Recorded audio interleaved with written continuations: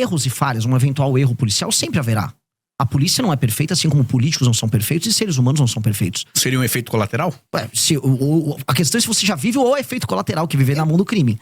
Se isso diminuiu e as pessoas perceberam que diminuiu, há uma vantagem objetiva. A gente tem que ser utilitarista aqui. A gente não vive no mundo perfeito. Mas na prática o senhor faria o quê? Na prática, saber, qual é a proposta? eu citei pra você já no começo da entrevista. Sim. Pra destruição do crime organizado, eu vou colocar o Brasil, as regiões tomadas pelo crime organizado.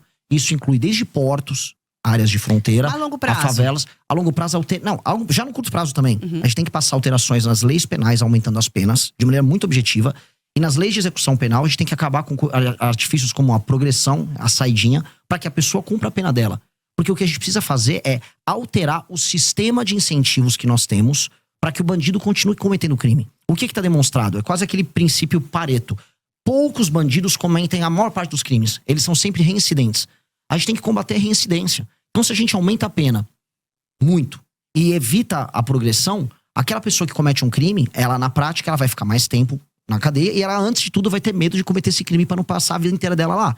E o reincidente, que é o maior problemático, bom, esse aí só sendo muito idiota em continuar cometendo crime. Haverá sempre um reincidente idiota, porque as pessoas, por vezes, são idiotas, cometem crimes baseados em impulso, e esse cara vai ter que ser parado. Então, a polícia tem que ter meios de ação, as leis têm que evitar a progressão, e com base nisso a gente vai conseguir reduzir muito, não apenas o número de homicídios, porque a gente tem números de guerra de homicídios no Brasil. Mas tem 22 mortos a cada 100 mil habitantes. A Ucrânia vive de 4 a 5 a cada 100 mil habitantes em guerra. A gente tem que jogar o Brasil no mínimo para 4 a 5, pra gente ficar no status de guerra na Ucrânia. E o número de assaltos e roubos tem que cair vertiginosamente. Outra coisa, existe muita violência contra a mulher, e isso está demonstrado. Não só violência em casa, uma violência na rua. Foi entendida a mulher como uma pessoa que tá num status mais frágil para receber um homem que vai botar uma arma, ela entrega as coisas. Os crimes de natureza sexual estão aumentando com relação às mulheres, e a sociedade está ficando escandalizada com isso. É uma sensação de segurança geral. Então isso precisa ser dado de volta para as pessoas. Nominalmente, a gente tem o direito de ir e vir.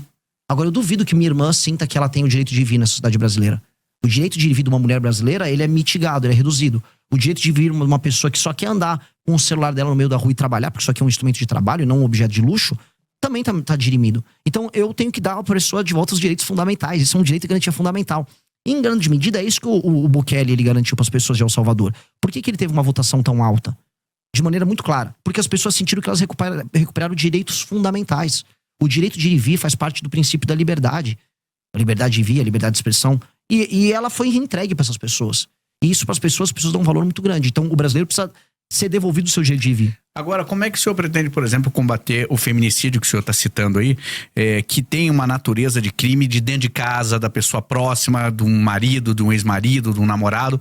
Como combater esse crime? É só aumentar a pena? O aumento de pena ele tem um efeito cascata sobre praticamente todos os crimes, tirando alguns crimes que são cometidos por pessoas que agem de maneira doentia e irracional. Mas o senhor pretende aumentar? Você precisa ter, lógico, para todas as penas do Brasil concernentes à violência, elas precisam ser aumentadas. E mais, todos os reincidentes, porque em geral, o homem que bate na mulher em casa, ele faz isso de maneira reincidente. Ele cria um sistema abusivo de relação com ela. E, em geral, quando você pega o passado dele, também costuma ter essas relações abusivas com as mulheres anteriores. Então, se esse cara tiver passagens pela polícia, por ser um reincidente, por ter tomado uma condenação antes, aí a situação dele piora bastante. É lei e ordem. E aí a gente pode trazer, por exemplo, sistemas de fiscalização. Hoje, São Paulo, é uma coisa que a gente tem que trazer pro Brasil inteiro. Existe um sistema de câmeras, né? O Sampa... Smart Sampa, desculpa. Ainda bem que você lembrou, ótimo. O Smart Sampa, ele reconhece o rosto das pessoas. Você reconhecer o rosto de um marido agressor que recebeu denúncias e você poder abordar ele com a polícia na rua, facilita isso. Infelizmente, agora o Brasil tem que tomar um banho de lei e ordem. E esse é um elemento que eu preciso que as pessoas que estão nos vendo entendam.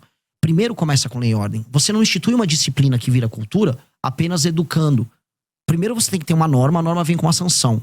Isso se transforma em disciplina, e depois a disciplina vira cultura. Um tipo de um exemplo que não tem a ver com violência, mas tem a ver com cultura.